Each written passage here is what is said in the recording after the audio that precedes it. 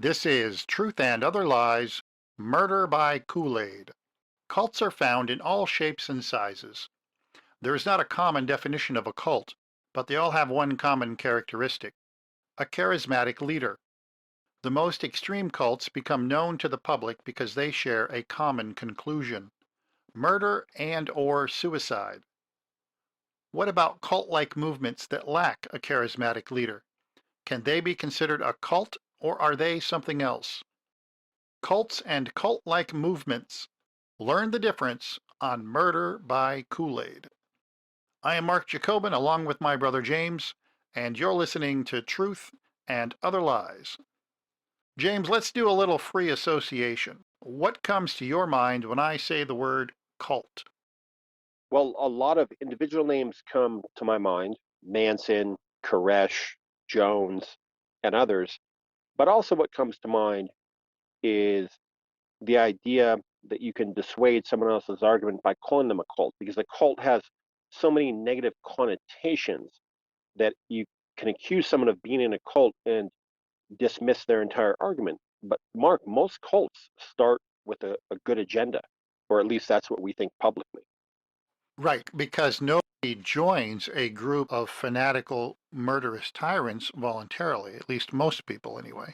Right, because who turns out to be the charismatic leader of the cult at the beginning is just a charismatic leader. They don't open the show and say, okay, welcome into the program here. What we're doing tonight is we're going to kill a pregnant woman. It doesn't start like that, Mark. It starts by playing on, the charismatic leader can play on the good intentions of the initial group of followers that want to change the world or do better in life. So they don't start out with, okay, we're going to kill a famous Hollywood actress. They start out with, society has failed you. Where have you failed? How has life failed you? How have your parents failed you? And then they learn that, they immediately give them a result on how they can do better. And that's how it starts. It starts with a pebble in the lake. It doesn't start with the tsunami. Now, what are some of the characteristics of a cult that are different than, say, your average fraternal organization? Well, I think some of the characteristics are, it's this exclusive proprietary thing that we are doing. Only we are doing this. No one else is doing this. It's very important that we do this. We are making a difference. So one would be isolation. Two would be motivation. And the motivation is, we're going to really change the world for the better. Three would be, you can't give up the group's secrets because no one trusts us, they'll use it against us. It's traditional brainwashing and propaganda. At least that's how I think. I mean, how do you think?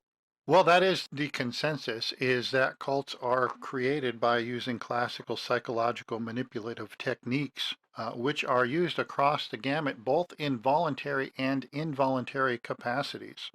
In fact, one of the defining characteristics of a cult is that it is direct involuntary manipulation, as opposed to, say, voluntary manipulation. For example, if you join the armed forces, you're voluntarily signing up to be psychologically manipulated for the purpose of becoming a soldier. You don't know all of the techniques that are going to be in effect, but you do know that when you go to so-called boot camp, that you're going to learn a different way of living and thinking. But you know that going into it. But when you sign up for a cult, A, you don't know you're signing up for a cult. And B, you don't know that eventually you're going to have to hurt other people or hurt yourself.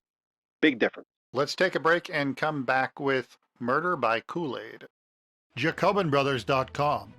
If you enjoyed this preview of Truth and Other Lies, visit JacobinBrothers.com to gain access to the entire episode and the Jacobin catalog. JacobinBrothers.com.